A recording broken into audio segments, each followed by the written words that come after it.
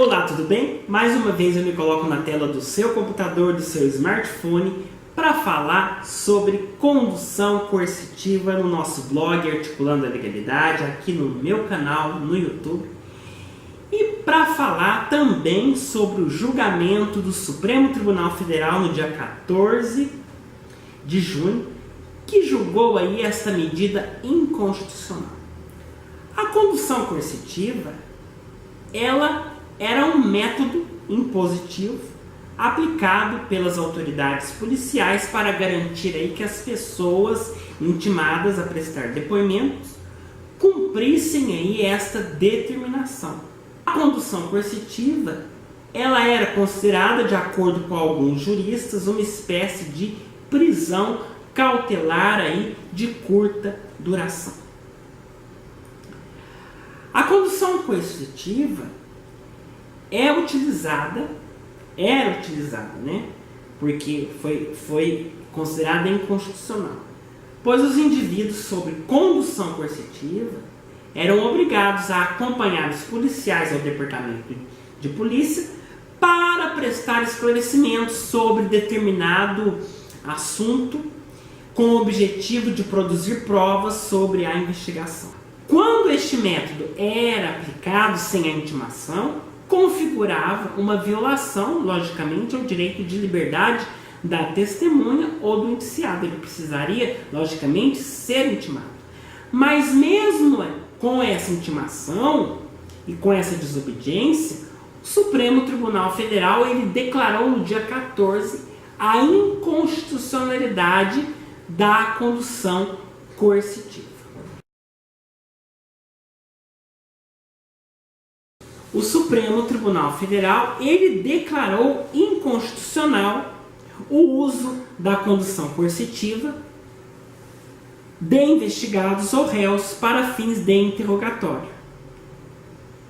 E em votação apertada de 6-5, o Supremo julgou inconstitucional a expressão para interrogatório constante do artigo 260 do Código de Processo Penal. Eu quero ler o artigo 260, que também tem a redação definindo ali condução coercitiva. Se o acusado não atender a intimação para o interrogatório, reconhecimento ou qualquer outro ato que sem ele não possa ser realizado, a autoridade poderá mandar conduzi-lo à sua presença. Então, em caso do acusado não atender a intimação para prestar depoimento, a autoridade poderia mandar conduzi-lo à sua presença. Aí está a condução coercitiva em caso do acusado desobedecer a ordem judicial.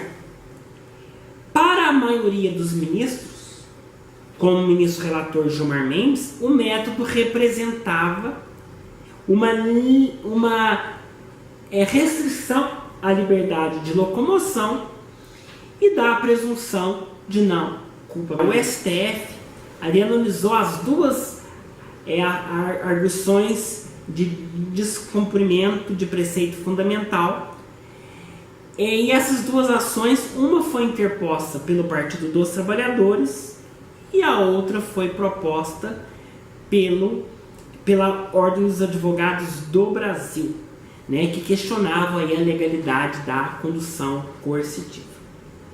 O julgamento teve início no dia 7 e foi ultimado aí no último dia 14 de junho, quando o ministro Gilmar Mendes ele votou por proibir aí a condução coercitiva para interrogatório.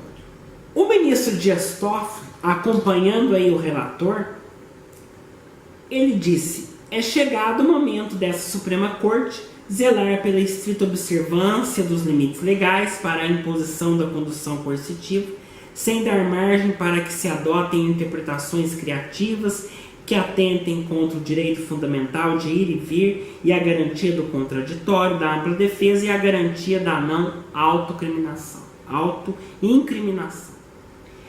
Para o ministro Dias Toffoli, a condução coercitiva ela feria o direito de ir e vir do cidadão, do investigado, feria o direito à garantia do contraditório, da ampla defesa e a garantia da não autoincriminação.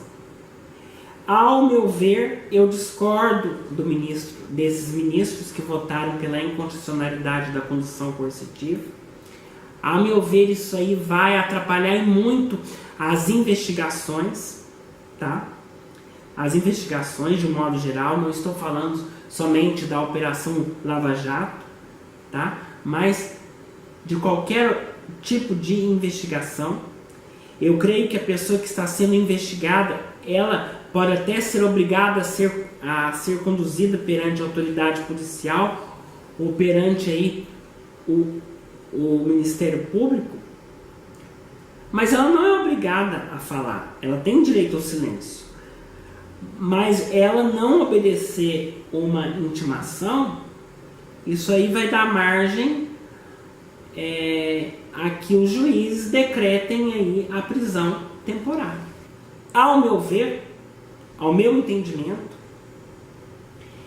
isso aí foi um tiro no pé, tá? Foi um tiro no pé porque agora os magistrados de todo o Brasil, eles aí irão utilizar-se da prisão temporária, no prazo aí de 5 dias de prisão temporária, tá? Porque a prisão temporária é uma medida também que auxilia nas investigações.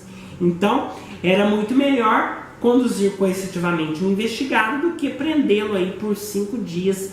E nós iremos falar sobre prisão temporária no próximo vídeo, comentando sobre a Lei 7.960/89, que define aí a prisão temporária. E a prisão temporária ela só pode ser decretada pelo juiz, mas o delegado pode representar o juiz e o juiz decretar a prisão temporária, e da mesma forma o Ministério Público pode requerer aí esta prisão temporária.